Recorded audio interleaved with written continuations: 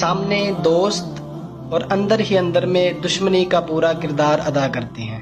اور قرآن کریم کی سورۃ العنکبوت شروع میں ہی اللہ تعالیٰ ارشاد فرماتے ہیں کہ میں دیکھ رہا ہوں کون ایمان لانے والا ہے اور کون منافق ہے۔ اسی طرح اللہ کے محبوب نے منافق کی پہچان کی وضاحت فرمایا 4 باتیں جس میں ہوں وہ پکا منافق ہے۔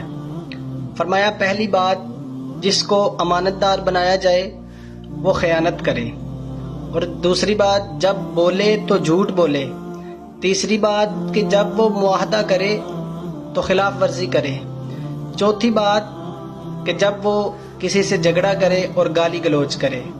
فرمایا یہ 4 باتیں جس میں ہو وہ پکا منافق ہے۔